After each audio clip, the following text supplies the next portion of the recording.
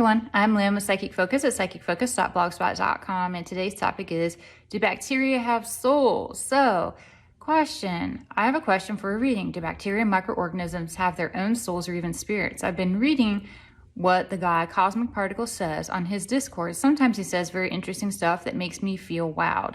To be honest, I don't fully get what he means. He implies that on a bigger scale, humans and other alien races plus archonics are beings that are like the RNA and DNA life of something bigger, or maybe he meant something else. By the way, his remote viewing showed him that Sophia is actually a giant organism and we're like tiny beings that live inside one of her body cells. So basically what he's asking is, do bacteria, do these microorganisms, do they have a soul? And if so, are they part of a bigger organism that's out there? Are they just this finite part? Are we this finite part of a bigger organism? That's how I interpret this, and that's what I feel like the gist of the question is. So I've always seen that living things, they do have a soul. I've said that, and I've said that over and over, but I've tied that to things like dogs, cats, squirrels, fish, just living things in general. But I do always see that they do have a soul.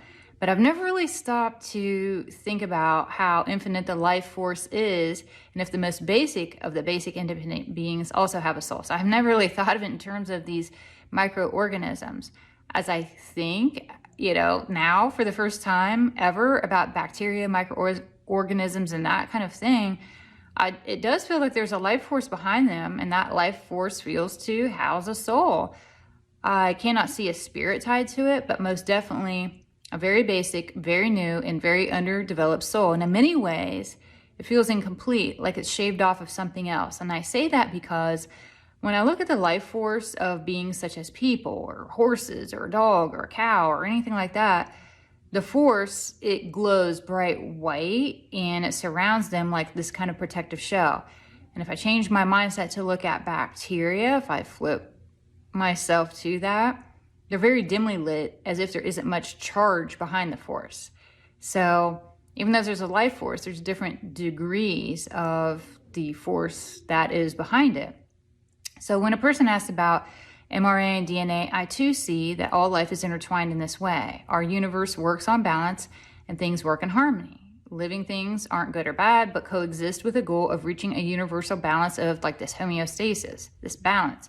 Starting from the smallest microorganism, it builds to create a bigger organism. And I see that it's showing to me like the gears on a clock, how they're intertwined and they work in this rhythm and everything is interdependent.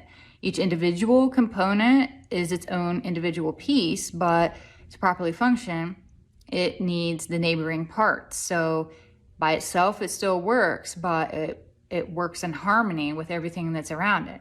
So just using humans as an example, we'd be like the universe to a gut bacteria, the things that live within us, or our individual parts. They may live and have a life force to them, but we are a much bigger part of that. For us, we're just a speck when we look at source. We all contribute to a collective, which is connected to source, and most everything is both magnificent and minute at the same moment, but that's what balance is all about. So really cool question. Thanks so much for asking. Feel free to leave your thoughts and see, how this resonates with you.